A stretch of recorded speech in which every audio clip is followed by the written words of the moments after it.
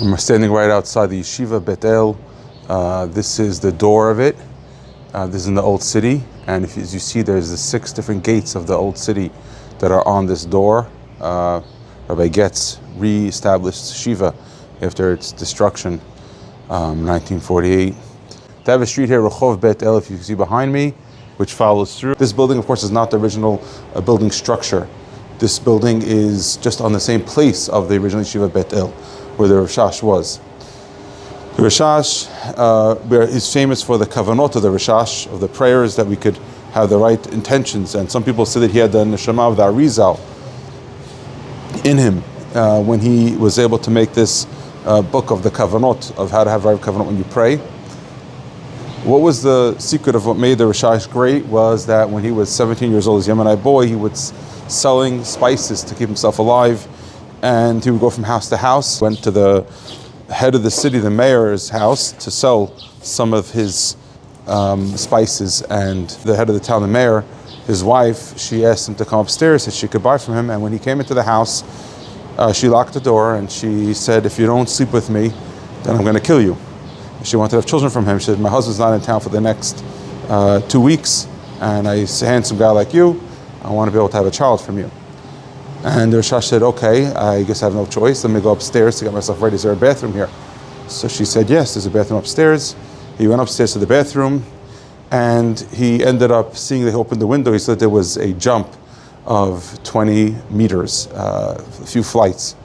And he said to Hashem, "Hashem, if you'll save me from this test, and I could jump and you'll save me," he said, "I promise I'll move to Eretz Yisrael, and I'll learn as much as I can and grow as much as I can." And he jumped the jump, and he moved to Eretz Yisrael. He came here, he looked for some type of way of parnasah. He said there's a shamash here in the shul, in the yeshiva of the Mekubalim of Rav Hayun.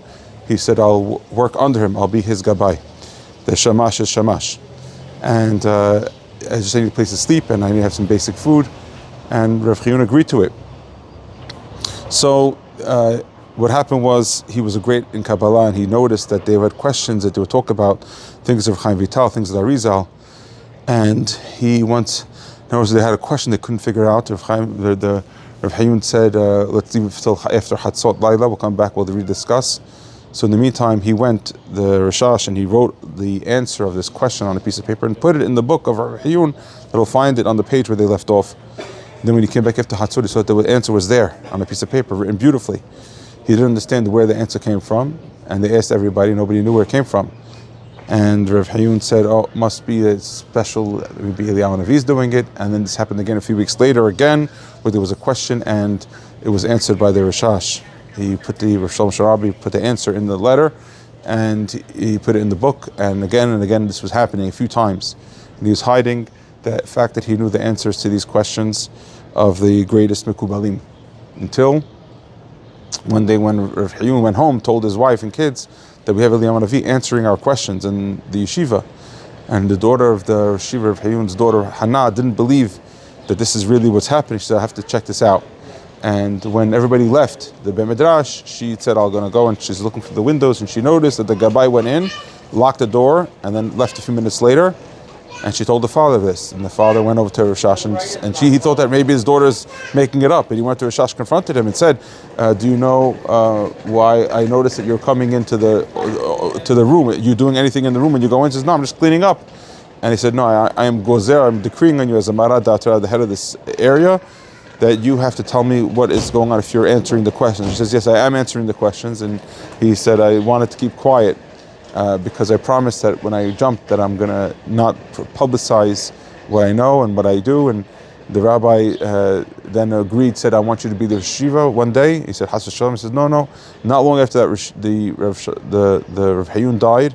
Hannah ended up marrying this Rav Shlomo Sharabi, and then he took over the yeshiva at a very young age. He came to Israel when he was 17 years old, so maybe at age 20 he was already Rosh Yeshiva. And Rav Shlomo Sharabi ran the yeshiva at Bet El for many years. Why did Hashem do this test to Rav Shlomo Sharabi? And the answer is because before Hashem makes somebody great, He first has to test them with the Yetzer Hara. Every time that something great comes out of the person is tested. We know that David HaMelech came out of Ruth, who was married to Mahlon, and not out of Orpah, who was married to Kilion. Why did Mahlon deserve to have such a great thing happen if he married a non-Jew, a Moavi woman? The answer is because Mahlon and Kilyon, when they came with their father Elimelech and their mother Naomi to Moav, Mahlon told Kilyon, I don't want that we should marry the Goyot, we have to agree, we're not going to do this. And they agreed not to do it. And then Kilyon eventually came back and said, I'm engaged. He said, to who? He said, to this girl Orpah, a non-Jewish girl. And eventually Mahlon also fell. But because Mahlon was strong for the meantime, for however long he was strong, that's what got him the zchut that his wife Ruth ended up following through and bringing forth a descendant called David HaMelech. The tests that we're going through in this generation are enormous. I know because I'm a coach and people are telling me what they're being tested in. And those tests, the reason why Hashem is doing it is because He wants to make Am Yisrael great. So He gives us very, very hard tests that we never had before.